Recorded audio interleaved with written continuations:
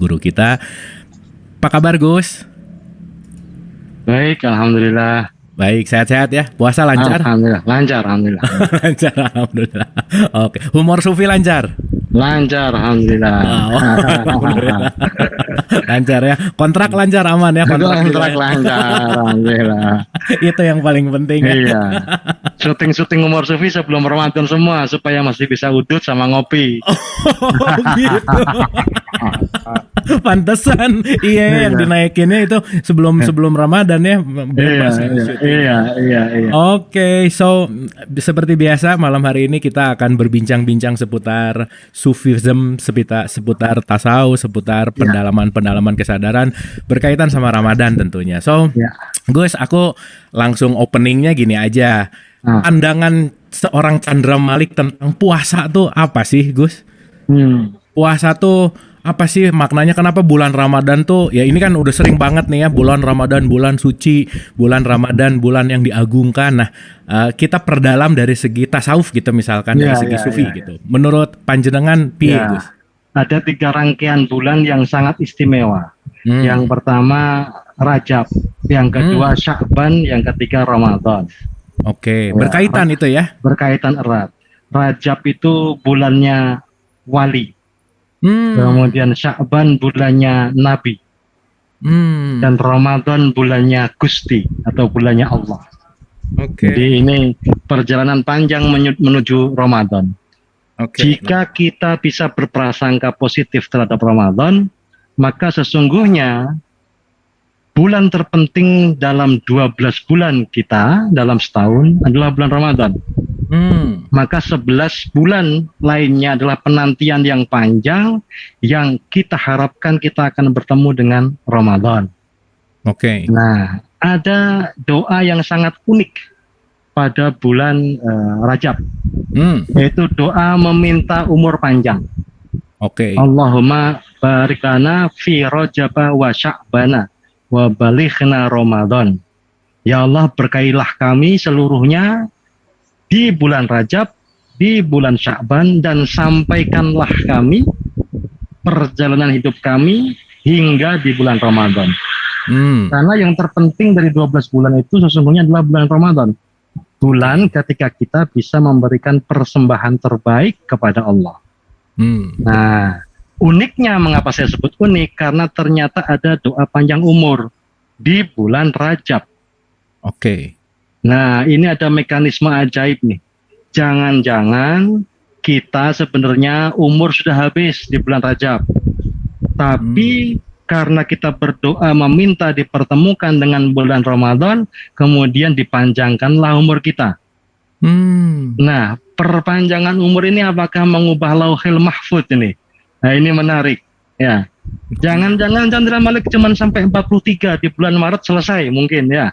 Persis di bulan ulang tahunnya.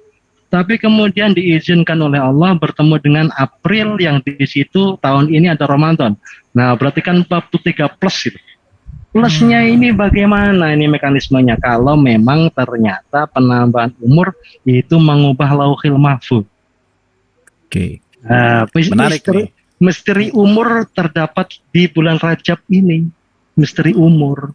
Karena ada doa minta panjang umur.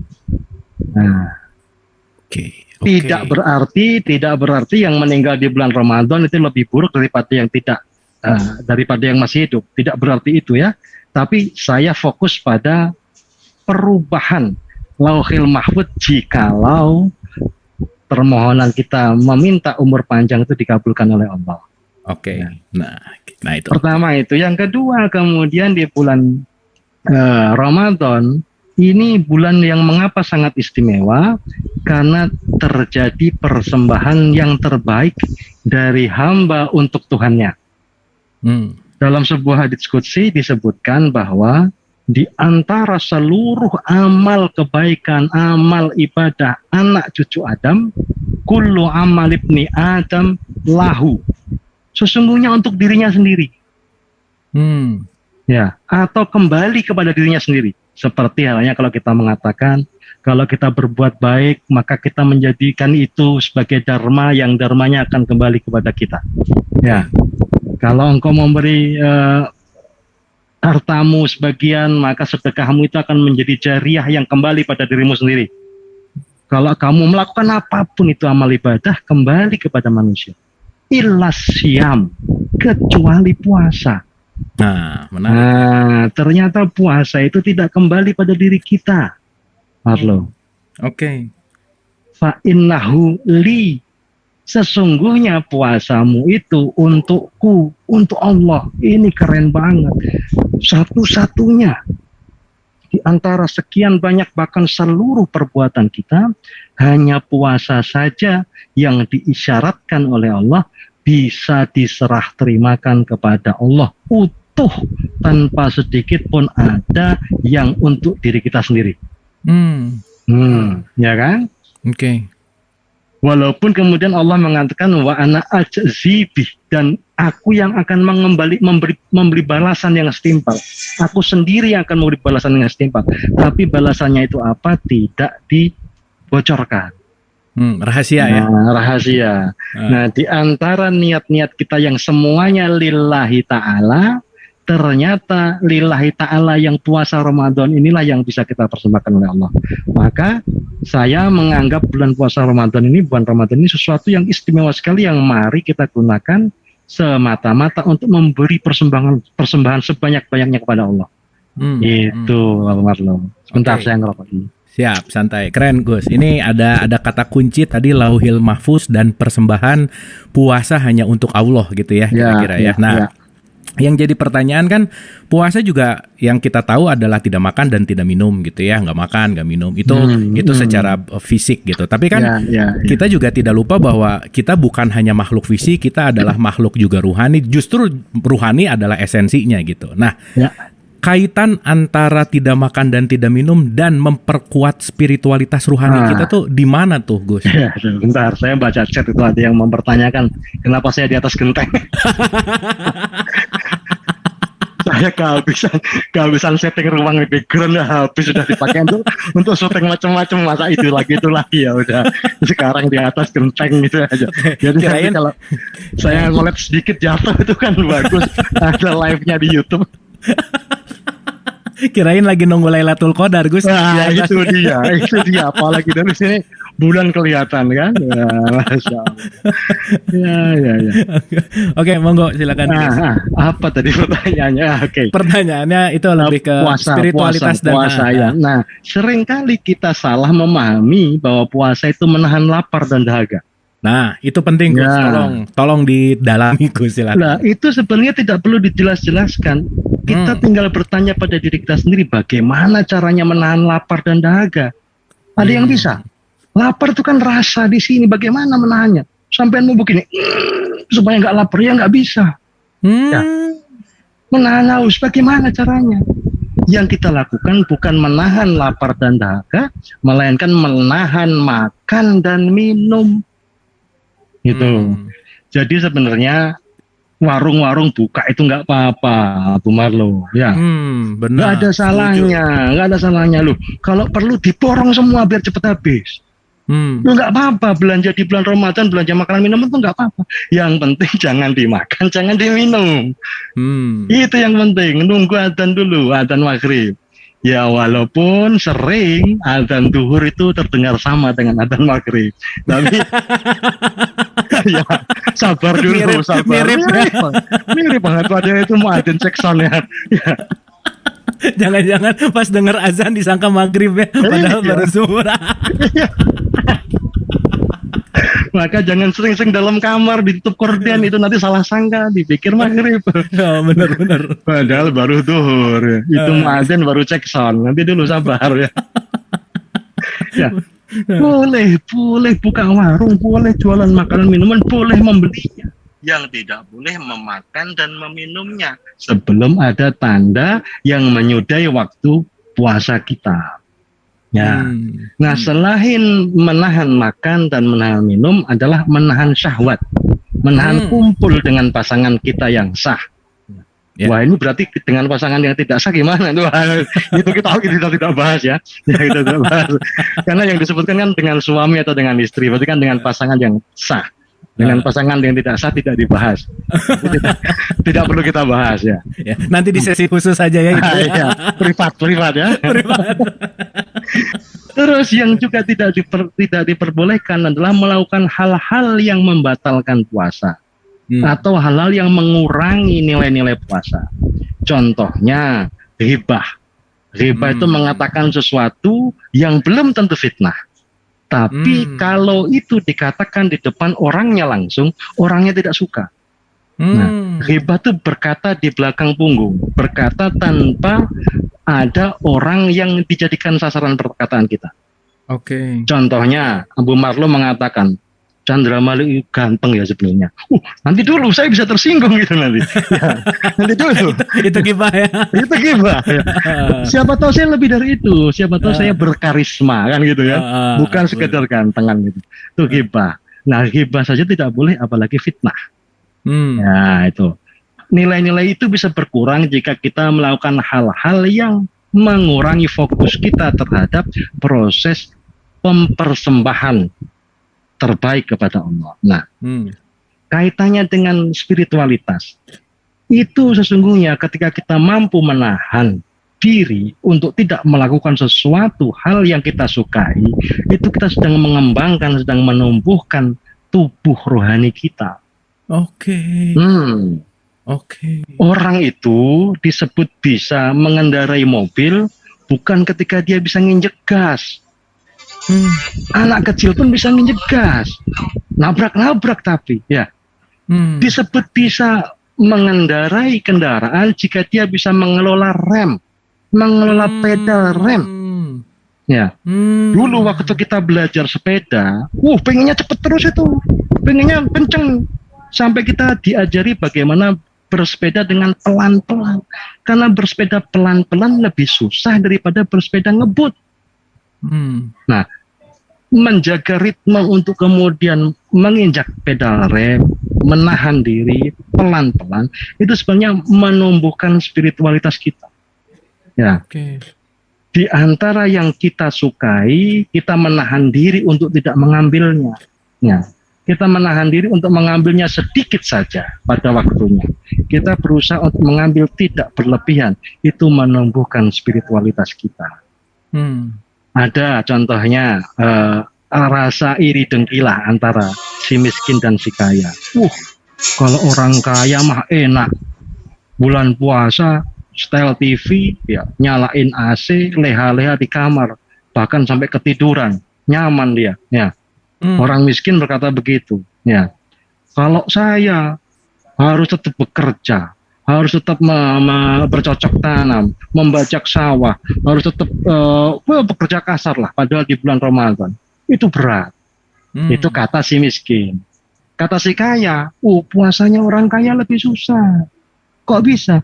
Iya, biasanya pagi itu minum teh, ada cemilan. Ya, agak siangan dikit udah minum apa, makan apa. Kegiatan makannya lebih banyak ke Pemarno. Benar. Iya kan? Jadwalnya lebih teratur. Ada brunch-nya, ada break before lunch-nya, ada inilah, ada coffee break, ada apa, semuanya harus berhenti. Kalau orang miskin mah nggak usah puasa juga tiap hari dia makannya nggak teratur, ya kan? Ya, justru ketika diatur sedemikian rupa, ya bagi si miskin akan kurang lebih sama lah. Memang hidupnya seperti itu. Maka dalam kaidah filosofi Jawa ada yang disebut sawang sinawang. Sawang sinawang itu udahlah, kita saling bercermin saja. Jangan menganggap hidupmu lebih berat daripada orang lain. Belum tentu. Apa yang kau miliki itulah yang kau terima, kemudian engkau jaga baik-baik dan engkau nikmati. Tidak perlu iri dengki. Nah, puasa itu mengajarkan hal-hal spiritualitas yang seperti itu. Nah, ketika kita mampu menahan diri untuk tidak mengambil atau untuk mengambil sedikit saja. Mengambil sedikitnya susah loh. Itu begitu adzan maghrib duduk, Allahu Akbar, belum selesai, akbarnya belum muncul, itu sudah 2 gelas itu. Nah, iya benar. Sebelum azan udah gini. Iya. Ada lagi mungkin muadzin yang adzannya terlambat karena dia minum duluan. Dia batalin dulu dia puasanya. Ya, kita cenderung serakah, berlebihan. Perhatikan, inflasi ya itu naik di bulan Ramadan. Benar, Karena benar. tingkat konsumsi kita lebih tinggi justru di bulan Ramadan. Segala sesuatunya menjadi terjadwal dengan lebih baik. Mumpung Ramadan lah, harus ada cendol lah, harus ada kolak lah, harus ada buah lah, harus ada ini. Mumpung Ramadan, semuanya mumpung Ramadan. Wah, dulu kalau di luar bulan Ramadan makan pakai lauk yang diangetin lagi aja masih nggak apa-apa. Sekarang nggak mau. Ya makanya ada peristiwa sosial yang namanya ngabuburit lah, namanya buka bersama lah, namanya sahur bersama bahkan. Itu peristiwa seremonial yang kalau kita tidak hati-hati bisa mengurangi atau bahkan menghapus nilai-nilai kebaikan dari puasa Ramadan. Yes. Karena puasa ini unik. Puasa Ramadan ini unik, hubungan yang sangat personal dengan Allah. Sampai-sampai Kanjeng Nabi mengatakan dalam sebuah hadis supaya kita tidak mengatakan kepada siapa-siapa, supaya kita merahasiakan puasa kita. Sampai-sampai kalau ditantang berantem nggak boleh mengiyakan. Sampai-sampai kalau kita dibikinin gara-gara nggak boleh kita ngelawan. Kalau sampai belum ditampar 3 kali nggak boleh kita membalas. Dan balasannya pun hanya mengatakan maaf, saya tidak bisa membalas, saya sedang puasa. Nah, harusnya dibikin sakral seperti itu, dibikin secret, dibikin rahasia. Supaya apa? Supaya jelas bagimu bahwa puasamu itu hanya untukku. Bukan untuk selain aku. Ya, asyamuli, puasamu untukku. Nah, tapi kemudian ada peristiwa-peristiwa sosial yang menjadikannya salah kaprah. Sekarang semua orang tahu kalau Abu Marlo baru puasa. Ya kan? Ada buka bersamanya, ada peristiwa ngabuburitnya, ada peristiwa bahkan sahur bersamanya. Kita semakin kehilangan nilai-nilai spiritualitas dari puasa Ramadan itu. Romantisme personal dengan Allah itu semakin tercampuri oleh romantisme kita dengan masyarakat, dengan khalayak, dengan orang kebanyakan. Itu yang mengurangi nilai-nilai Ramadan, yang membuat kita bahagia. Wah, sekarang sudah hari ke-16, hari ke-15, sebentar lagi puasa Ramadan selesai. Kita senang Ramadan cepat berlalu. Mengapa? Karena bagi kita berat. Padahal bagi sebagian orang yang sudah memahami hakikat Ramadan, tolong dong Ramadan, jangan cepat-cepat pergi. Belum tentu aku bertemu denganmu lagi di tahun-tahun depan. Perlambatlah, karena aku sangat menikmati tiap-tiap momentumnya. Ya. Sedih ditinggal Ramadan, walaupun bahagia bertemu dengan Idul Fitri. Nah, itu. Jadi kombinasi antara personal, sosial, itu harus dibikin secantik mungkin supaya hubungan kita dengan Allah pada momentum Ramadan ini tidak tercederai. Gitu. Wah, keren Gus. Jadi baru lebih mendalami lagi bahwa puasa itu sebetulnya silent treatment gitu ya. Silent itu kan maksudnya secret gitu ya. Sesuatu senyap. Yang senyap gitu, yang memang hanya untuk Allah. Nah, kita juga tahu bahwa syahrul Ramadan juga turunnya Quran gitu ya, nuzulul Quran. Di dalamnya ada Lailatul Qadar, di dalamnya ada malam ganjil. Nah, kan banyak tuh, ada kita gapai Lailatul Qadar, kita gapai malam ganjil. Nah, kira-kira tips and tricks atau sebelum ke tips and tricks, nuzulul Quran dan Lailatul Qadar itu tuh esensinya apa sih Gus? Hakikatnya apa sih? Monggo. Syahrul Ramadan alladzi unzila fihi al-Qur'an hudal linnas dan seterusnya ila akhirih. Bahwa di bulan Ramadan itu Allah menurunkan Al-Quran sebagai petunjuk manusia, sebagai penjelasan atas petunjuk itu, dan pembeda Al-Furqan, pembeda antara kebenaran dan kebatilan. Ya. Apa hubungan antara Ramadan dengan nuzulul Quran? Apa hubungan Ramadan dengan Lailatul Qadar?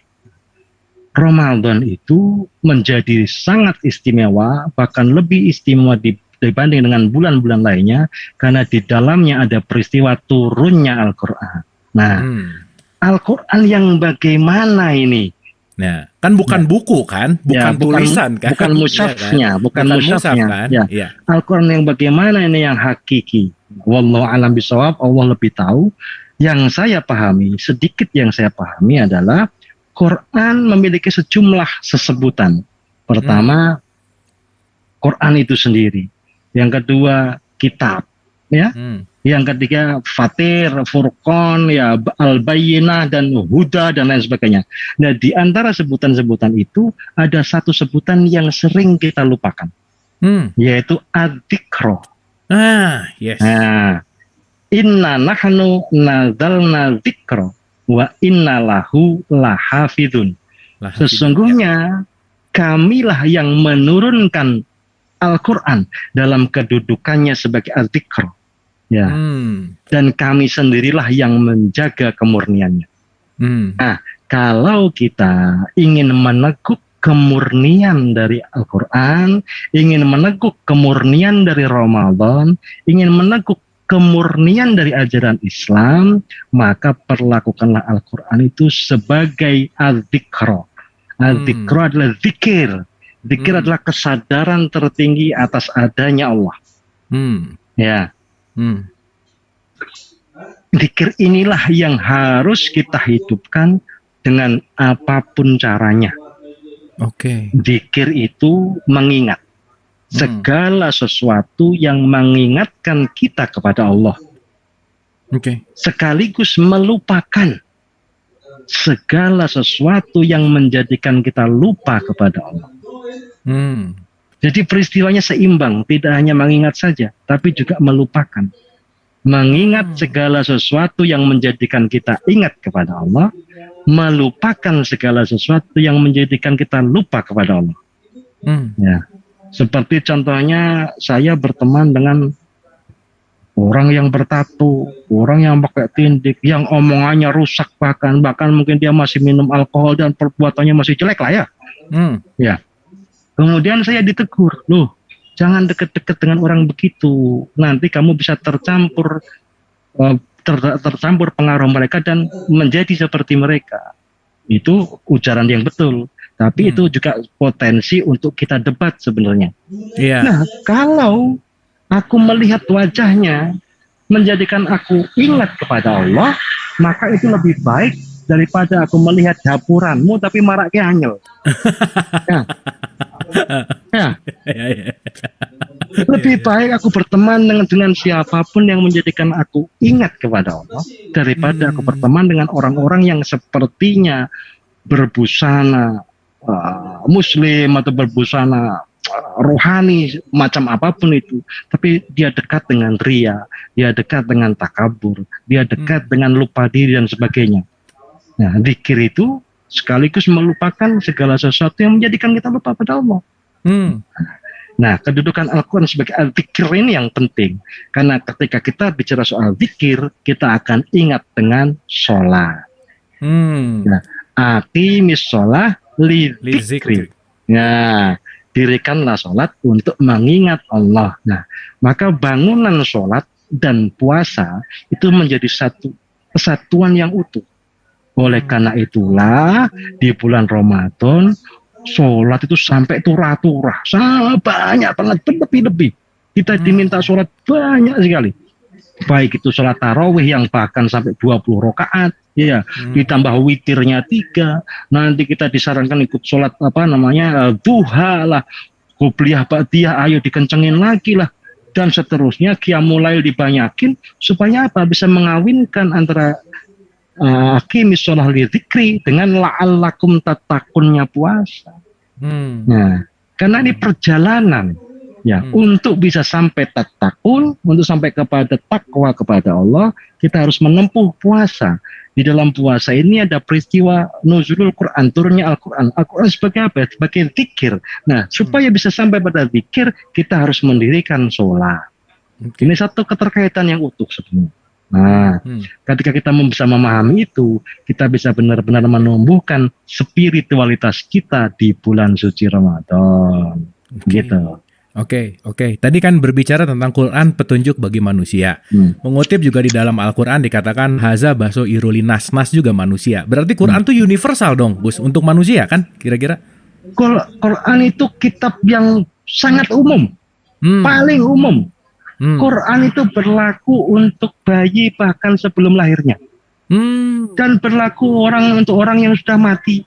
Ya, Quran itu menjelaskan banyak hal, teramat banyak hal. diterangkan tentang peristiwa penciptaan manusia, peristiwa janin, peristiwa ditiupkannya ruh. Berarti kan berlaku untuk bayi bahkan sebelum lahirnya, toh? Nah, orang sudah mati, keterangan tentang kematian-kematian banyak sekali di Al-Quran. Berarti juga berlaku untuk orang yang sudah mati kan setelah meninggalnya. Ini terlalu umum bahkan kalau kita bisa menganggapnya sebagai terlalu. Sangat umum. Ya, sangat umum. Oleh karena itu untuk mendekatinya kita membutuhkan Rasulullah sebagai pembawa risalah. Sebagai orang yang kita imani paling memahami Al-Quran. Karena beliaulah orang pertama yang menerimanya dari Allah. Kita ini kan orang kesekian, ya, yang para sahabat waktu itu menjadi orang kedua yang menerimanya dari Rasulullah. Dari sahabat ke tabiin, terus menerus turun sampai kepada ulama, sampai kepada guru-guru kita, sampai kepada kita hari ini. Kita ini orang keberapa yang bisa menerima Al-Quran? Mungkin akan terjadi bias. Entah itu bias pemahaman, entah itu bias kesadaran, dan lain sebagainya. Oleh karena itu membutuhkan guru dalam memahami Al-Quran. Ya, sifatnya yang umum itu tidak merupakan kelemahan. Itu merupakan kelebihan yang luar biasa. Sehingga Al-Quran sebenarnya bisa didekati dengan cara apapun sesuai dengan kondisi manusia itu sendiri. Ya, akan menjadi lebih mudah bagi kita kalau kita menggunakan petunjuk-petunjuk untuk mendekati Al-Quran. Nah, petunjuk-petunjuknya yang paling direkomendasikan disebut sunnah. Sunnah itu segala sesuatu perbuatan Rasulullah termasuk diamnya. Nah, segala sesuatu perbuatan Rasulullah termasuk diamnya. Itu sunnah. Ya. Tapi sunnah itu tetaplah sunnah. Dengan segala hormat. Bukan wajib. Ya. Segala sesuatu yang dihukumi wajib terdapat di dalam Al-Quran. Sedangkan segala sesuatu di luar Al-Quran atau yang khususnya berada di dalam sunnah, ya hukumnya sunnah. Wajib itu perintah yang harus ditaati atau larangan yang memang harus dihindari. Jika ditaati mendapatkan pahala, jika larangan itu dihindari juga mendapatkan pahala. Larangan diterabas mendapatkan dosa, kan gitu ya, aturan umumnya. Itu wajib. Kalau sunnah itu kamu lakukan, kamu kerjakan, kamu mendapatkan kebaikan. Tidak kamu lakukan, tidak apa-apa. Ini loh yang penting. Sunnah itu tidak dilakukan, tidak apa-apa. Maka jangan kita berantem tentang sunnah. Jangan berantem tentang sunnah. Jangan suka gampang membid'ahkan orang lain. Nah, itu tuh fenomena bid'ah. Ini bid'ah. Saya sampai sebel itu Abu Marlo. Sampai saya bilang begini, adanya kamu itu bid'ah. Kok bisa? Kamu nggak ada di zaman Rasulullah.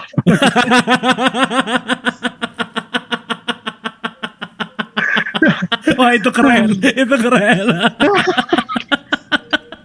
Benar. Tanya soal bid'ah. Gus benar Gus. By the way, bid'ah itu apa sih Gus sebenarnya Gus? Dikit-dikit aja. Bid'ah itu segala sesuatu yang tidak dikerjakan oleh Rasulullah atau segala sesuatu yang tidak ada di zaman Rasulullah. Ya, ini Zoom meeting ini bid'ah, ini nggak ada di zaman Rasulullah. Jadi ini kita lagi bid'ah nih sekarang. Iya. Tapi ada bid'ah hasanah yang baik, ada bid'ah yang tidak baik kan begitu. Nah, seringkali kemudian dicampur mawur seperti halnya segala sesuatu yang tidak ada atau tidak dikerjakan oleh Rasulullah itu dihukumi bid'ah. Nggak perlu lah. Jangankan soal bid'ah, soal sunnah saja kita berbeda pendapat atau kita tidak mengerjakan sunnah itu tidak apa-apa. Jadi ada pokok-pokok hukum dalam Islam. Yang paling pokok itu Al-Quran. Ya. Kemudian yang menerangkan lebih detail tentang Al-Quran disebut sunnah. Ya. Sunnah ini sekumpulan konteks. Ya. Sunnah ini ketika dituliskan disebut hadis. Hadis itu sekumpulan teks. Sunnah itu sekumpulan konteks. Ya, sedangkan hadis ini mulai ditulis 100-an, 200-an tahun setelah Rasulullah wafat. Memang sistem periwayatannya sangat jeli, sangat teliti, sangat cermat, sehingga kita bisa mengimani apa yang dituliskan dalam hadis itu insya Allah sahih, insya Allah hasan dan seterusnya. Walaupun sejumlah sufi bahkan berpegang kepada hadis yang doif pun tidak apa-apa. Kalau itu memang ajaran kebaikan dan kebenaran. Ya, jadi ada Al-Quran dan Sunnah. Ini dua pedoman utama kita. Nah, kemudian setelah itu ada yang disebut ijma qiyas. Ya, hasil pandangan-pandangan para ulama. Orang-orang luhur terdahulu atau yang sampai sekarang benar-benar memahami, mempelajari ilmu-ilmu fikih. Nah, Quran dan Sunnah itu berisi hukum. Sedangkan fikih itu berisi pandangan hukum. Nah, hukum dan pandangan hukum itu satu dan lain hal. Pandangan hukum bukan hukum. Ya. Maka kita mensikapi perbedaan pandangan hukum sebagai rahmat, bukan sebagai laknat. Tidak apa-apa berbeda pandangan hukum. Jangan engkau paksakan pandanganmu. Ya, itu. Nah, seringkali kita menghukumi sesuatu hal berdasarkan pandangan hukum, bukan berdasarkan hukum itu sendiri. Nah, fikih ini sebenarnya lentur sekali. Ya, fikih ini sesuai zamannya, sesuai keadaannya. Nggak saklek gitu ya? Enggak. Iya. Rasulullah saja sangat bijaksana dalam menetapkan hukum. Pernah suatu ketika ada seorang Badui datang kepada Rasulullah di bulan Ramadan. Rasulullah, ini aku bagaimana ini? Bolong posoku. Loh, ada apa? Nggak kuat nahan Rasulullah. Nggak kuat nahan apa? Aku ngumpuli istriku. Waduh, ya. Ngumpuli istri ini gawat, ini nggak boleh. Memang membatalkan puasa. Terus harus bagaimana? Oh, ada dendanya. Dendanya apa? Kamu harus berpuasa 60 hari. Mate. Sehari saja bolong ya. 30 hari nggak kuat. 60 hari bagaimana Kanjeng Nabi? Nggak kuat saya, nggak kuat. Ramadan 30 hari nggak kuat, apalagi 60 hari. Oh ya sudah, kalau begitu kamu harus bayar fidyah. Memberi makan satu orang yang berpuasa. Ya, karena ini kamu bersenggama, berkumpul dengan istrimu, kamu harus memberi makan 60 orang miskin. Waduh Rasulullah, saya ini miskin. Saya ini miskin. Bagaimana cara saya mau memberi makan orang miskin? Saya sendiri miskin. Waduh, kamu ini ya sudah ini bawa ini ya. Berikan kepada orang-orang yang paling miskin di desamu. Aduh, Kanjeng Nabi, di desa saya tuh saya yang paling miskin. Wah, itu ya Allah ya. Itu kalau kita yang menghadapi kan kita udah selesai itu orang itu ya. Rasulullah enggak, ya Rasulullah cuma dia ketawa ya sudah. Ini untuk kamu. Bayangkan orang sudah melanggar hukum kayak gitu, mendapatkan kasih sayangnya Rasulullah, malah untung besar itu. Ya. Itu kalau aku ya besok aku bolong lagi. Dapat lagi. Kalau aku itu loh, Rasulullah betul mensikapi hidup itu dengan bahagia dan membahagiakan orang lain. Iya. Nah, benar. Sunnah tadi itu konteks. Nah, seringkali peristiwa-peristiwa yang kemudian diabadikan dalam hadis, teks yang mengabadikan konteks itu, kita saat ini lupa melihat konteksnya. Ya. Lupa menghadapi konteksnya, sehingga kita kemudian membuat konteks sendiri. Rasulullah ketika ditanya si fulan, dia akan melihat keadaan si fulan bagaimana dan memberikan jawaban yang tidak memberatkan, yang menjadikan Islam itu benar-benar terasa rahmatan lil alamin bagi si fulan ini. Ya, terasa nikmatnya mengikuti ajaran agama, terasa meringankan hidup. Agama itu ringan dan meringankan. Kalau kamu beragama kok terasa berat, nanti dulu, itu bukan salah agamanya. Periksa dirimu sendiri. Jangan-jangan kamu yang ruwet, kamu yang bulat. Agama itu fasilitas dari Allah. Agama itu kemudahan. Agama itu the way of life yang membuat hidup kita semakin enak. Ya, kalau kita kok beragama menjadi semakin tidak enak, semakin ruwet, bukan salah agamanya.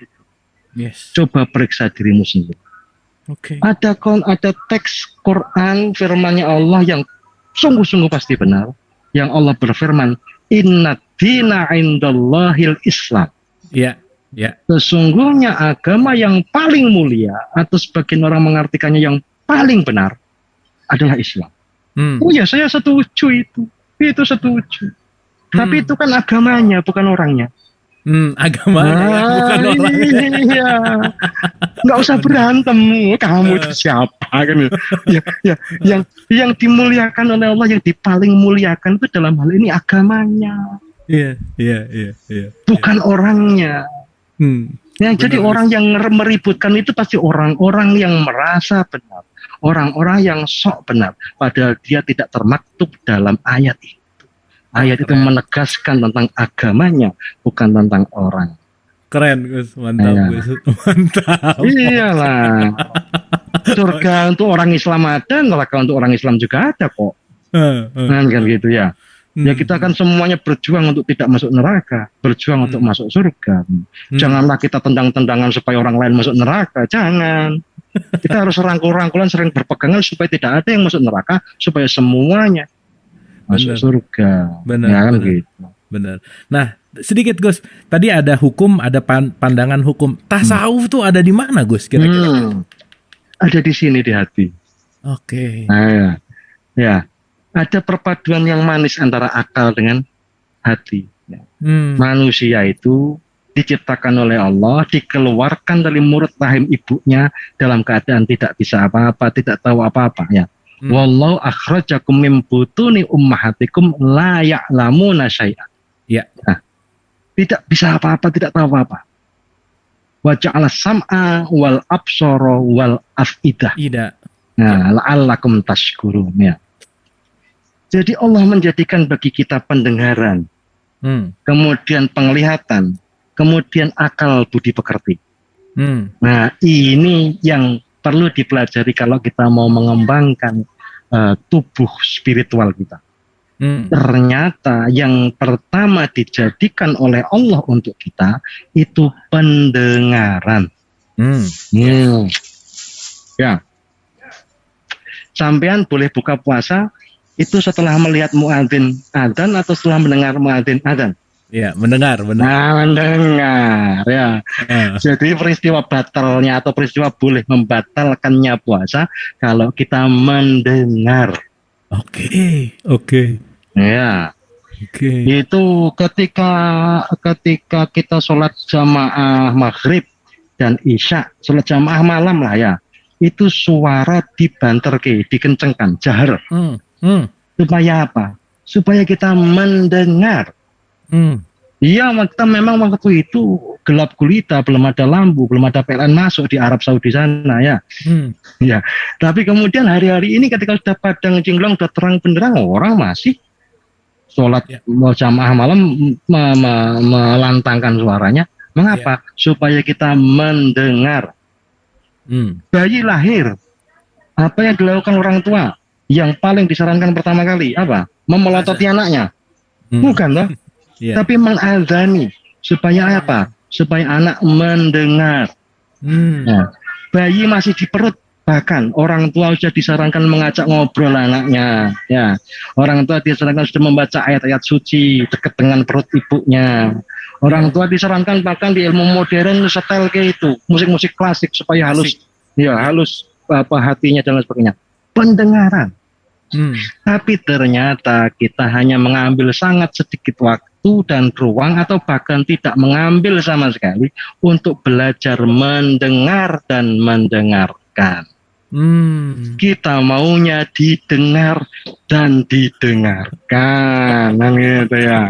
Oke, keren. Oke. Padahal kalau kita maunya didengerin terus ya, mendengarkan. Iya, betul. Bener. Wah, kalau berantem nanti dulu tuh aku mau bicara. Iya, aku juga mau bicara. Wah, berantem nggak ada yang mau dengerin ya. Ya. Padahal pengolahan pendengaran ini kunci segala sesuatu. Oke. Keseimbangan tubuh juga di pendengaran. Sampai kalau berantem nggak usah lama-lama, telinganya aja yang disaplak, bah gitu. Itu kehilangan, kehilangan keseimbangan. Keseimbangan adanya di telinga. Oleh karena itu, ketika kita sholat pun, i'tidal kemudian takbiratul ihram didekatkanlah ke telinga. Allahu Akbar. Gitu. Ini harus di open dulu. Pendengaran harus dibuka dulu. Itu kunci segala sesuatu. Pintu masuknya perjalanan spiritual. Kalau Abu Marlo pernah mendengar atau pernah menyimak atau pernah membaca tentang mitos atau cerita rakyat mengenai Dewa Ruci, ya. Bima ketika diperintahkan oleh gurunya Durna, guru yang usil yang suka ngerjain muridnya, untuk mengambil tirta amrata suci atau air kehidupan, ambilnya di dasar laut. Tujuannya untuk membunuh si Bima. Oh ya pasti tenggelam, terbawa air, ya terbawa laut pasang. Ya. Tapi ternyata di dasar laut Bima kemudian bertemu dengan Dewa Ruci. Kita nggak usah ke dasar laut, ke kolam saja kita sudah langsung kehilangan pendengaran. Ya. Nah, ketika bertemu dengan Dewa Ruci, apa yang terjadi? Singkat cerita, Bima ini masuk ke dalam telinganya si Dewa Ruci. Nah, sebenarnya kalau kamu ingin mendalami ilmu tasawuf, ilmu kebatinan, ilmu rohani, ilmu apapun yang berdekatan dengan spiritualitas, maka harus diawali dari belajar mengolah pendengaran. Oke. Nah, tapi yang menariknya ya Gus ya, tasawuf atau sufism itu sedikit sekali gitu dipelajari di formal sekolah Islam, Gus, gitu. Ya. Maksudnya sekarang kan yang ya fikih pasti lah ya, kita diajarin dari kecil rokaatnya, niatnya, gerakannya, tetapi pemaknaan menuju spiritualitasnya tuh nggak dalam gitu, Gus, nggak masuk gitu. Apakah tasawuf ini memang khusus tertutup atau secret tadi atau gimana tuh, Gus, kira-kira? Ya. Kalau dilihat dari ceritanya memang tidak setiap sahabat Nabi, tidak setiap dari seluruh sahabat Nabi di era kenabian Muhammad ketika masih Sugeng masih hidup itu yang menerima pelajaran ini. Yang menerimanya di antara sedikit itu yang paling utama adalah Sayyidina Ali bin Abi Thalib. Ya, ada sebagian riwayat juga menyebutkan Sayyidina Abu Bakar Siddiq juga menerimanya, sehingga riwayat kesanatan tiap-tiap ahli tarekat itu akan tersambung kalau bukan ke Abu Bakar Siddiq ke Ali bin Abi Thalib.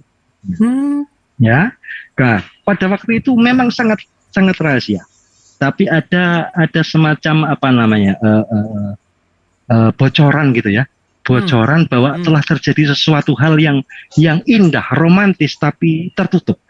Yaitu ketika Kanjeng Nabi memuji Sayyidina Ali dan Sayyidina Ali memuji Muhammad.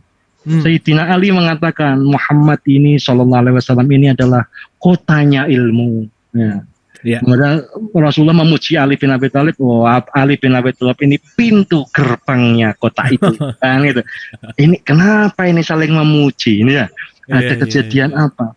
Dari situ kemudian berhembus desas-desus bahwa telah terjadi percakapan yang hanya 4 mata, yang lutut bertemu lutut, mata bertemu mata, lisan bertemu pendengaran. Nah, ini sekali lagi tentang pendengaran sangat penting. Ya. Nah, apa kamu sangka ketika Jibril itu menyampaikan wahyunya Allah itu pakai whiteboard? Kan enggak. Ya. Kan Iqra itu dibacakan, didengar kan? Iya. Apa yang dia dengar itu dia baca ulang. Kan gitu. Maka pendengaran sangat penting. Nah, kembali lagi soal desas-desus tadi, kemudian ada sekelompok di antara kita yang menerima pengajaran yang tidak kita terima. Seperti apa orang-orangnya? Tuh yang mungkin ada yang pakai baju yang kasar itu, mungkin yang pakai jenggot, mungkin pakai apa, yang kemudian jadi prototipe bahwa orang-orang yang zuhud, orang-orang yang semakin melepaskan diri dari kemelekatan duniawi, itulah orang-orang yang belajar. Nah, sehingga menjadi semacam tren. Yang fashion mungkin bagi sebagian orang bahwa para sufi itu menggunakan baju dari bulu-bulu domba atau dari bahan-bahan kasar dan lain sebagainya. Itu upaya mencirikan bahwa ada peristiwa tertentu yang mereka tidak ikut di dalamnya. Nah, sampai pada hari-hari kemudian semakin terbuka periwayatannya dan pembelajarannya, sampai hari ini kemudian tasawuf diterima lebih luas oleh berbagai kalangan. Tapi itu pun tidak membuka rahasianya.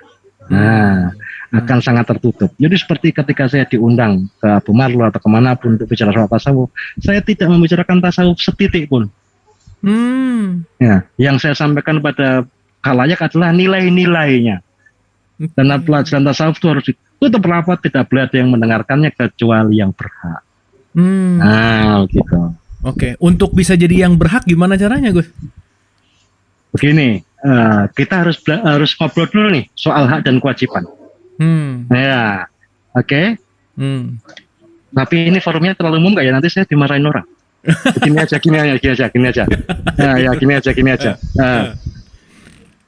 Gini. Kamu bekerja di perusahaan X. Menurut kamu gaji itu merupakan hak atau bukan? Gaji yang diberikan dari perusahaan ke saya? Ya. Itu bukan hak.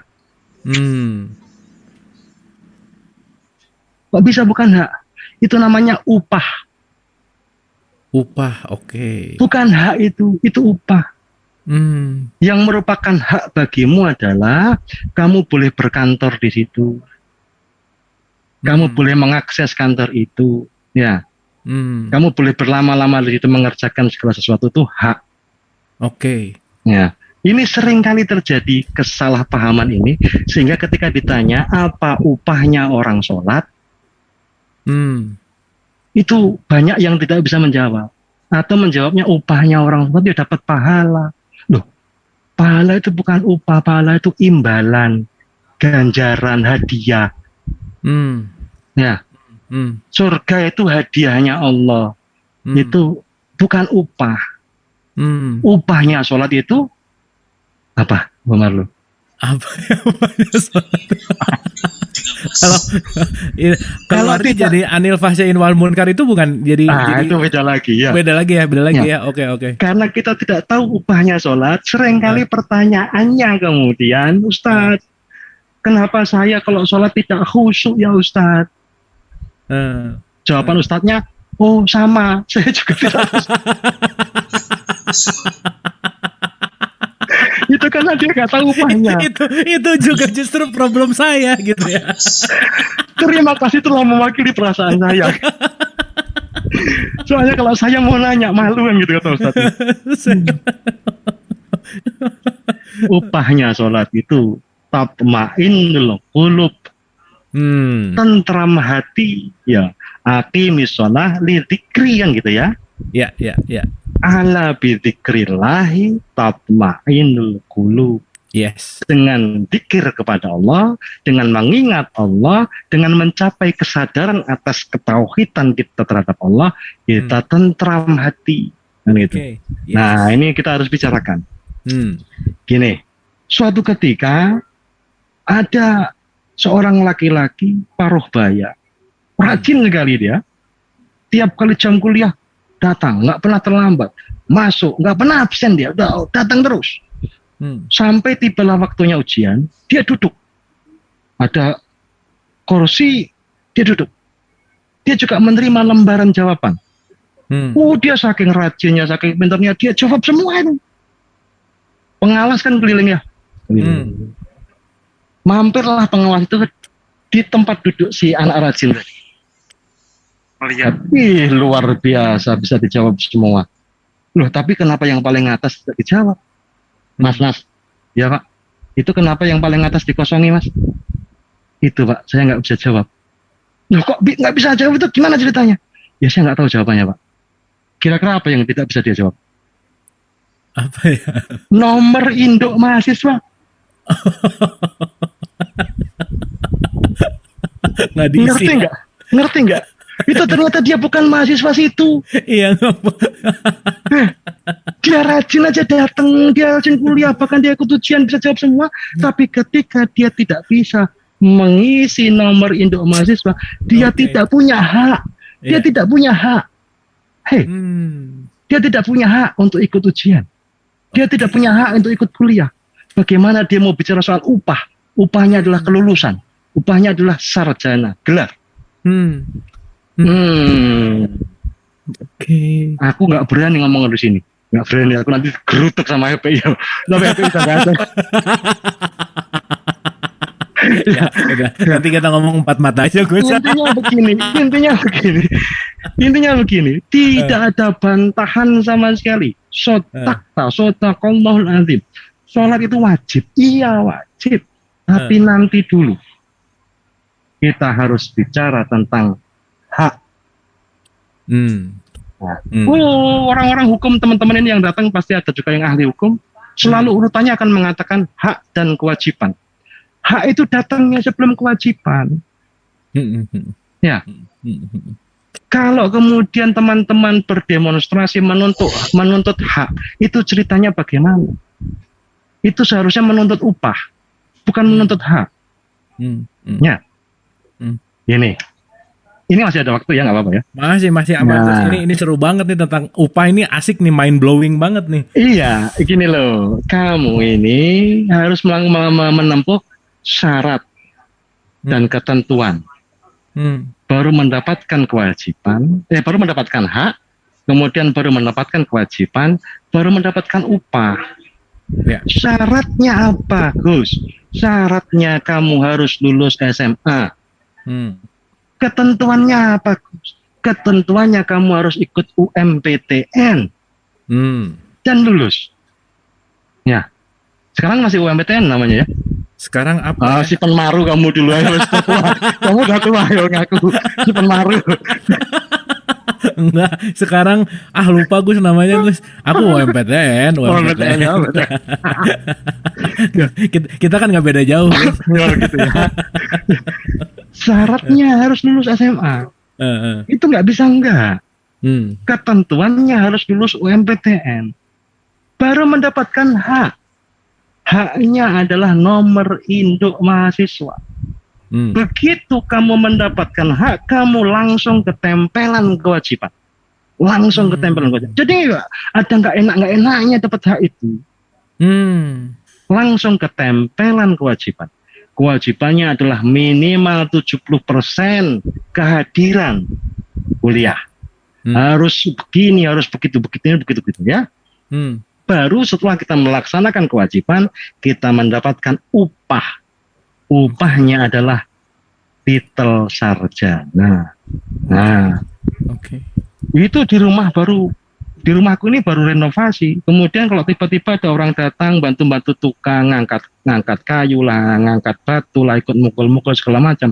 Terus hari Sabtu dia akan ngadung gini, Gus, apa? Upah saya mana? Loh kamu siapa? Loh saya tuh rajin bantu loh. Loh yang nyuruh tuh siapa? Yang nyuruh siapa? Apa hak kamu? Apa hak kamu menjalankan kewajiban sehingga kamu meminta upah? Nah Islam itu dalam ajarannya banyak sekali menyertakan hukum-hukum atau perintah-perintah melaksanakan kewajiban dan tidak ada bantahan tentang itu. Nah karena adanya sejumlah kewajiban itu, marilah bersama-sama kita urus hak kita. Sebelum dapat hak kita urus ketentuannya, sebelum dapat ketentuan kita urus syarat-syaratnya. Kalau nggak percaya sampean datang ke gedung-gedung di Jakarta itu, seganteng apapun Abu Marlo, kalau nggak bawa keplek itu kan nggak bisa masuk ya. Ya, nggak bisa masuk. Di stop dari security sudah di stop. Kalau mungkin di kantor-kantor yang canggih itu kan pakai apa tuh screeningnya apa, jempol lah, apa-apalah. Kenapa? Kan itu orang-orang yang sudah mendapatkan haknya. Sehingga bisa mengakses segala sesuatu yang ada di dalam gedung itu. Sebagus-bagus komputer dengan segala kelengkapannya, kalau kamu tidak punya hak yang berupa password, kamu nggak bisa masuk. Benar. Itulah. Ngeri juga ya kalau Tuhan yang gitu tadi ya Gus ya. Hak kamu, siapa kamu katanya ya. Lu tuh siapa kalau bicara upah? Bicara hak kamu apa? Hak kamu apa? Iya. Wah itu dahsyat tuh. Wah nanti kita harus bahas ini di sesi tersendiri nih Gus, kayaknya tentang hak dan kewajiban ini. Oke, luar biasa. Boleh tepuk tangan dulu dong buat Gus Chan. Aduh, setiap ngobrol sama Gus Chan tuh memang bener-bener mind blowing banget. Pertanyaan sih masih penasaran, masih banyak, tapi udah 21.06 kita akan membuka untuk teman-teman yang mau apresiasi, yang mau bertanya, yang mau memberikan tanggapan di YouTube maupun di Zoom, lewat chatnya boleh, lewat raise hand boleh. Silahkan. Yuk, kita sudah terhubung dengan Mas Aryo. Silakan Mas Aryo. Saya mau bertanya kecil aja. Jadi tadi disebutkan membaca Al-Quran kan ada yang sisi lain di mana membaca Al-Quran sebagaimana membaca keadaan ya. Jadi kalau misalkan ada orang ateis misalkan, tapi dia akhlaknya bagus sekali.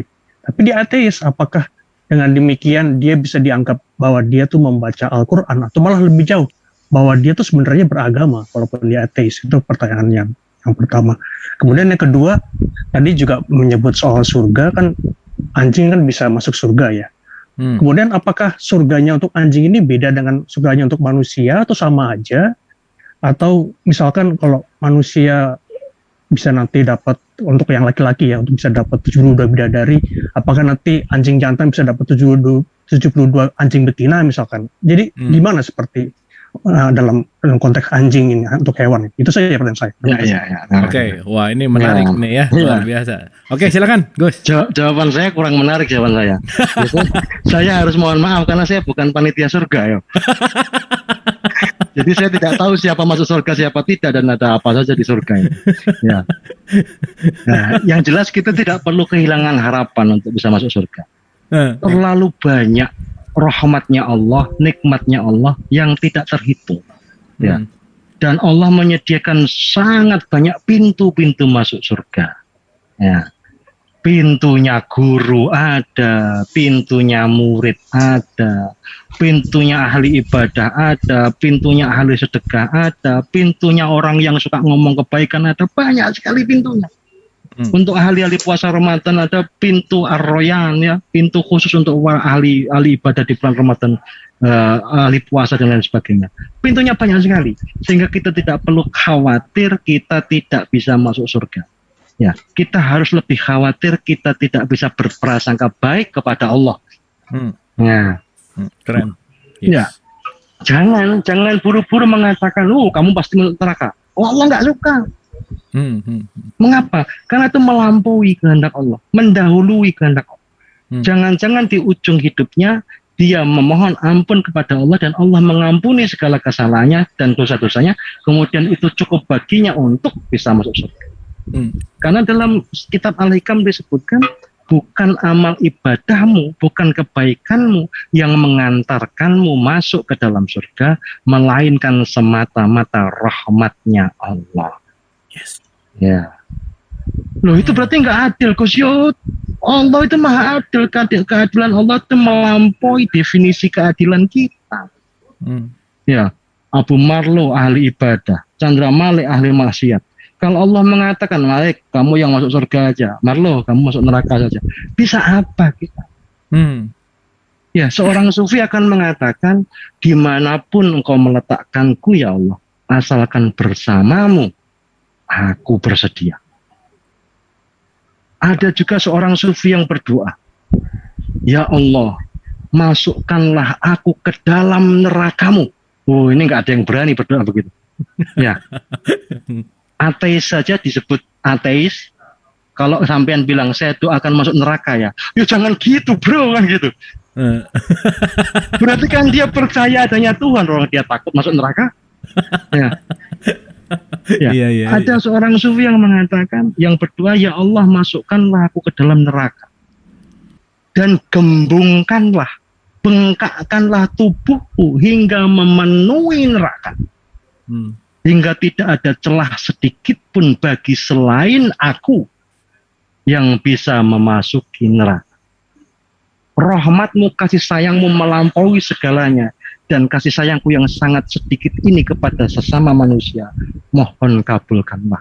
Aku tidak tega ada manusia masuk neraka. Itu kan doa luar biasa. Doanya Abu Nawas keren lagi. Ya Allah, aku masuk surga tidak pantas, masuk neraka tidak berani. Ya, yang terbaik adalah bersamamu dimanapun engkau berada. Ya, jadi kita tidak benar-benar tahu posisi surga itu seperti apa. Jangan jadi panitia surga yang hari-hari ini sudah metakin tanah, ya, sudah jual kaplingan. Aduh, gimana itu ya? Ya, jangan ya. Ada sejumlah riwayat yang menyebutkan binatang-binatang juga masuk surga. Anjing contohnya. Kemudian burung, ya. Kemudian ikan yang menelan Nabi Nuh itu. Ikan. Kemudian kambing atau domba yang akan disembelih oleh Kanjeng Nabi Ibrahim. Kemudian semut-semut yang menolong Nabi Ibrahim ketika dibakar. Ya, ada sejumlah binatang yang dipastikan oleh Allah dalam sejumlah riwayat akan masuk surga. Nah, di surga itu nanti akan bercampurkah antara orang Eropa sama orang Indonesia? Saya sampai sekarang juga nggak tahu. Ya, nggak bisa bayangkan. Tapi kalau ada orang-orang yang sok suci begitu, ya mending kayaknya kita masuk neraka aja ya, daripada sama dia nyebelin. Biar aja dia sendirian di surga, biarin kita rame-rame aja kan, ya. Nggak suka kita kumpul sama orang nyebelin, ya. Bener-bener. Aduh, harusnya bahagia lah, kita harus bahagia. Iya, oke. Terus ateis tadi, ateis itu kan saya sudah sering ngomong itu soal ateis, tentang tidak percaya. Ya, nah daripada saya mengulanginya, saya akan mengatakan bahwa tidak percaya itu sebenarnya percaya. Hanya saja percayanya ditutupi oleh tidak. Yang jika tutupnya itu dibuka, maka tinggal percayanya. Seorang yang tidak percaya itu sesungguhnya percaya. Dia hanya tertutupi oleh tidaknya sendiri. Jika dia bisa menghalau, menghapus, meniadakan tidaknya, maka tinggal percayanya. Nah, Al-Quran itu petunjuk, Al-Quran itu fasilitas dari Tuhan untuk memudahkan manusia, bukan beban. Nah, sehingga kita tidak seharusnya terbebani oleh risalah yang dibawa oleh Kanjeng Nabi, karena itu untuk membantu dan menolong kita sendiri. Gitu, Oke, mantap Gus. Ini ada pertanyaan. Terima kasih Mas Aryo, pertanyaannya unik dan seperti biasa ya Mas Aryo kalau nanya unik, jawabannya juga mind blowing. Ini dari YouTube, ada dari pertanyaan Ibu Penny, menarik pertanyaannya gini. Gus Chandra, kenapa ada sebagian ulama yang mengharamkan dalam tanda petik belajar filsafat katanya? Silakan Gus. Iya. Orang itu diperintahkan, manusia itu diperintahkan oleh Allah sesungguhnya untuk memikirkan kejadiannya, untuk memikirkan penciptaannya oleh Allah. Ya. Namun seringkali terjebak, dia lebih memikirkan tentang Tuhan. Dia lebih memikirkan proses menjadinya dan si pembikinnya, dan lupa diri untuk membahas, membicarakan dirinya sendiri. Nah, jebakan-jebakan di filsafat itu di sekitar situ. Yang kita kemudian terjebak oleh pikiran-pikiran kita sendiri, terjebak oleh perasaan-perasaan kita sendiri, dan kita semakin jauh dari hakikat, dari kesejatian. Nah, oleh karena itu sebenarnya tidak benar-benar dilarang, asalkan kita bisa menemukan pengantar atau pendamping atau pengajar yang tepat, yang selalu membawa kita seiring sejalan dengan ajaran-ajaran agama. Nggak apa-apa belajar filsafat, nggak apa-apa. Oke, nah ini seiring dengan direct message yang langsung masuk ke aku, nyambung nih Gus, kan tadi ada guru nih. Nah, bagaimana mencari gurunya Gus? Karena pernah punya teman belajar tarekat jadi gila katanya. Gimana? Ya. Nah, ini ada juga sih pernah desas-desus ya atau cerita gitu ya bahwa belajar istilahnya kalau nggak ilmunya nggak sampai bisa gila gitu intinya. Dalam tanda petik ya mungkin. Nah, monggo Ya. Gus Chandra gimana? Gila itu menurut siapanya? Gila itu kan menurut yang tidak belajar. ih dia jadi gila sejak belajar. Ya, jangan-jangan itu yang memang diinginkan oleh si pembelajarnya. Gitu loh. Ya, karena saya juga sudah sering ngomong soal ini, ada sejumlah golongan yang terbebas dari kewajiban agama. Ya, golongan-golongan itu antara lain orang yang tidur sampai bangunnya. Ya, jadi orang tidur itu tidak dikenai kewajiban. Jangan kamu bangunkan orang tidur itu untuk menjalankan kewajiban, jangan. Jadi ini ya, ini kabar baik ini yang suka bangun kesiangan ini ya. Ya, kabar yang baik ini. As-sholatu khairum minan naum. Sholat itu lebih baik. Ya, sholat itu lebih baik daripada tidur. Mohon dengan segala hormat, perhatikan, lebih baik. Jadi kita tidak perlu merasa lebih benar karena tidak sedang membicarakan lebih benar. Hanya membicarakan tentang lebih baik. Oke. Ya. Nah terus gimana Gus? Masa nggak sholat subuh terus? Loh ya itu justru ya. Bangunkan supaya dia tidak tidur. Bukan bangunkan supaya dia menjalankan kewajiban. Orang tidur tidak dikenai kewajiban. Bagaimana dia bisa dikenai kewajiban? Sedangkan kalau naudzubillah min dzalik rumahnya terbakar saja, dia bisa ikut terbakar karena dia tetap tidur. Orang tidur itu dibunuh pun tidak bisa membela diri, sehingga dia dibebaskan dari kewajiban. Nah, jadi triknya kalau mau membangunkan orang tidur itu ya jangan sholat subuh itu jangan dia nggak kena kewajiban. Bangun gitu aja. Begitu sudah bangun sholat subuh gitu loh ya. Ngerti? Jangan diteriak subuh bangun. Dia nggak kena kewajiban. Bangunkan dulu, nyawanya ngumpul baru sholat subuh. Ya. Caranya pun mengajak orang sholat subuh tidak sembarangan ya. Kalau kita mau menggunakan cara-cara yang diajarkan oleh Rasulullah, caranya ngajak sholat bagaimana? Adzan. Jadi kamu berdiri aja sampingnya, kemudian Allahu Akbar. Loh sudah saya adzan nih kalau masih belum mau sholat Gus. Iya dia nunggu iqomat. Kalau belum iqomat kan belum berdiri sholat. Ya tidur sampai bangunnya. Yang kedua orang lupa. Lupa ini bebas dari kewajiban. Sampai kapan? Sampai ingatnya. Yang ketiga orang mabuk. Nah ini orang mabuk penting. Orang mabuk sampai kapan? Sampai sadarnya. Jadi orang mabuk jangan dimaki-maki. Sampean baru pulang dari masjid, lewat perempatan ada anak-anak muda mabuk. Kamu ini sudah tahu waktunya sholat malah mabuk. Pak, saya pernah sholat. Bapak pernah mabuk? Ya belum. Ya, kalau belum pernah jangan banyak komen Pak. Gimana coba? Gimana coba? Aduh. Allah membenci orang-orang yang mengatakan sesuatu yang tidak dia kerjakan. Iya. Nanti dulu ditunggu sadarnya. Ya, tidur sampai bangunnya, lupa sampai ingatnya, mabuk sampai sadarnya. Gila ini loh. Gila sampai kapan? Sampai warasnya. Nah jangan-jangan teman-teman ini yang oleh orang-orang yang tidak belajar dianggap gila, itu siapa tahu memang salah satu pintu masuknya untuk mendapatkan pemahaman yang lebih tinggi daripada yang tidak belajar. Kita suka menghakimi orang-orang gila dalam definisi kita, sementara kita sendiri suka gila terhadap dunia, gila harta, ya, gila kedudukan, ya. Kita ini kan gila juga, cuman kita nggak ngakuin aja. Ya memang nggak ada orang gila ngaku. Ya, jadi definisi gila itu loh yang bagaimana. Ya. Luas ya Gus ya. Iya luas. Nah ini juga menarik Gus berikutnya.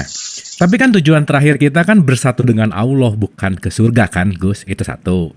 Yang kedua, Gus, sebelum ditiupkan ruh kita, catatan kehidupan sudah ditulis di Lauhil Mahfuz yang tadi.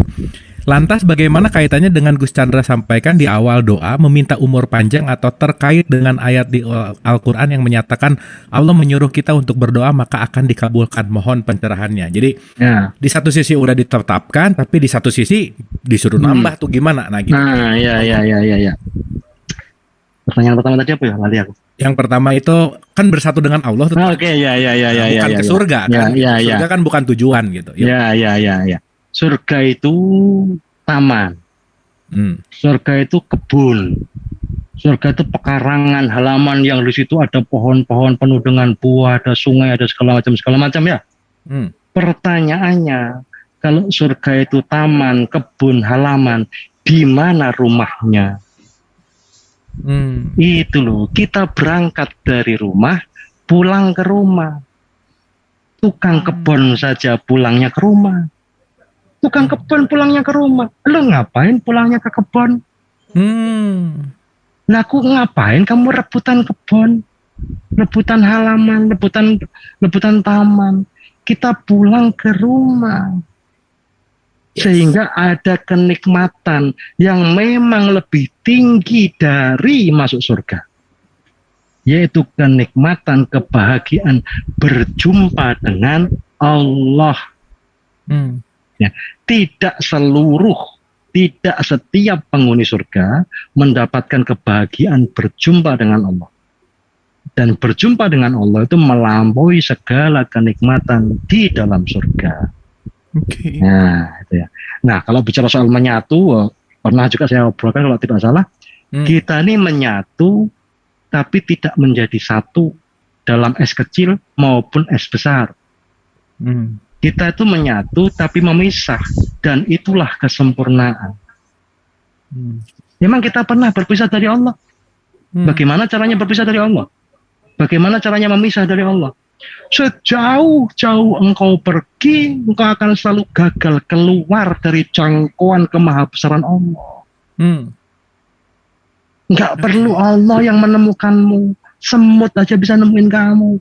Sejauh-jauh engkau pergi digigit nyamuk aja bisa nemuin kamu. Sedalam-dalamnya di dasar bumi kamu bersembunyi dari kematian, malaikat Israel bisa nemuin kamu. Menjauh bagaimana caranya? Memisah bagaimana? Mendekatkan diri kepada Allah itu teramat mudah. Belum lagi kita mendekat, Allah lebih dekat dari urat nadi kita. Belum lagi mendekat. Ya, menjauh itu teramat susah. Sejauh-jauh engkau jauh, Allah tetap lebih dekat dari urat lehermu. Jadi kita tidak pernah memisah dari Allah. Kita tidak pernah berpisah dari Allah. Kita senantiasa menyatu dengan Allah. Itulah manunggaling kaulo Gusti itu maksudnya. Menyatu tapi memisah, menyatu tapi terpisah. Itulah kesempurnaan. Seperti halnya menyatunya kepala dengan kaki. Aku nanya sekarang, kepala sama kaki menyatu enggak? Menyatu.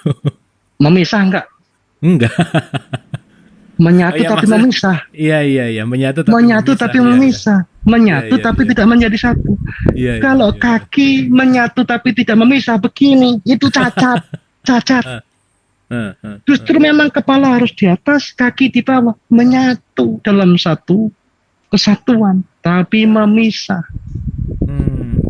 Begitulah. Itulah kesempurnaan. Mantap. Pertanyaan kedua apa tadi lupa? Udah ya, Lauhil Mahfuz.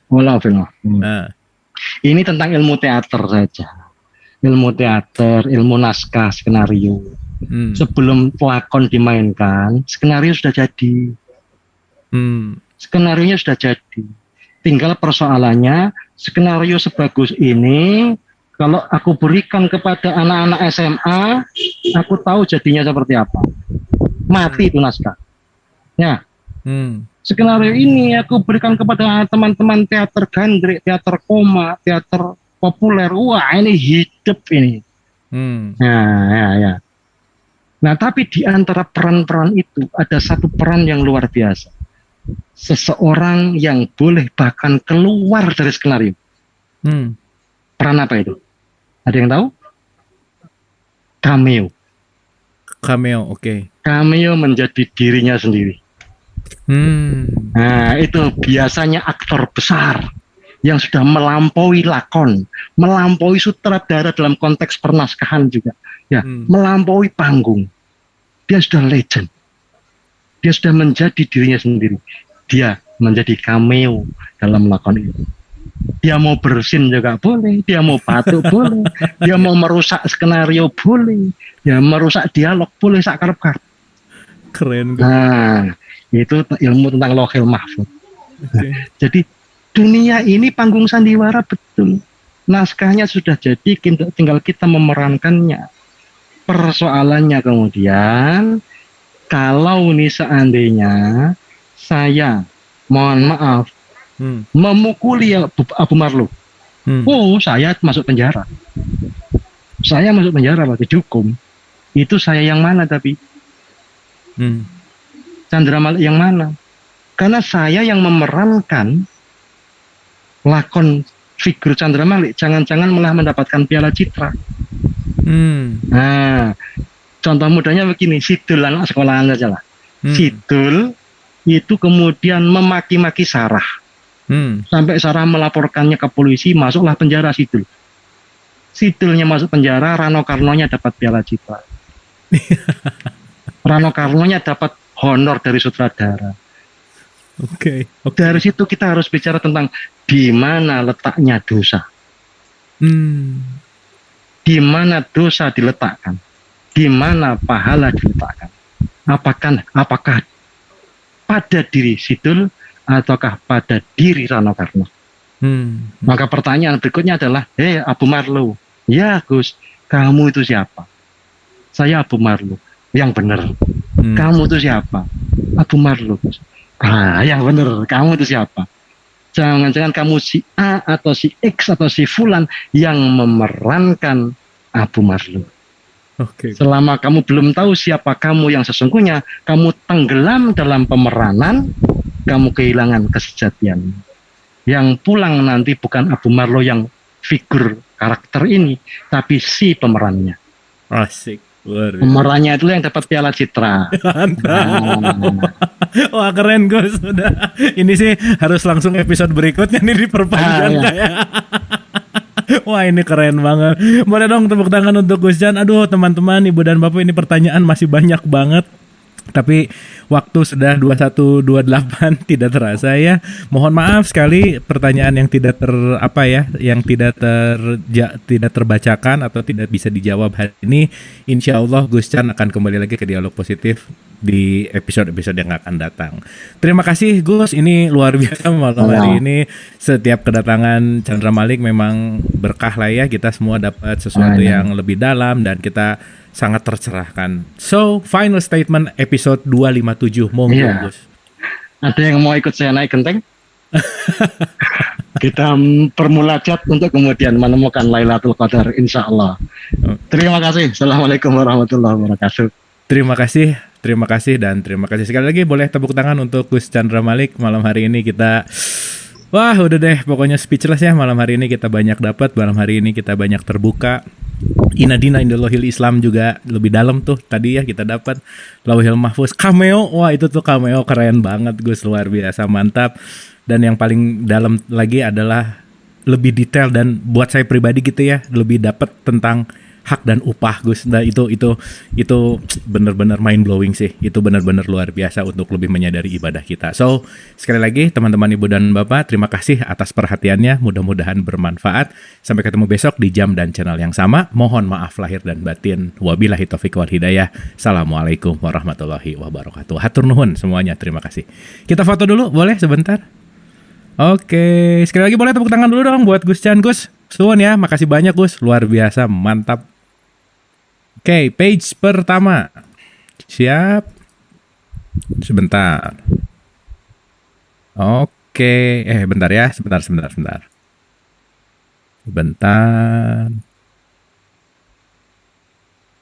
Salah. Ini Zoom sekarang ada tampilan baru di immersive scene. Oh gitu ya, oke, nggak apa-apa deh. Oke, page pertama. 1, 2, smile. Asik. Page kedua. 1, 2, smile. Ya, ketiga nggak usah smile deh, nggak apa-apa. Udah geng daster semuanya. Keempat juga udah geng daster. Oke. Dengan berakhirnya page keempat, berakhir juga acara kita malam hari ini. Sekali lagi terima kasih banyak Gus Chandra Malik, ilmunya dahsyat, luar biasa malam hari ini. Terima kasih semua Ibu dan Bapak, sahabat Dialog Positif dimanapun. Seperti biasa,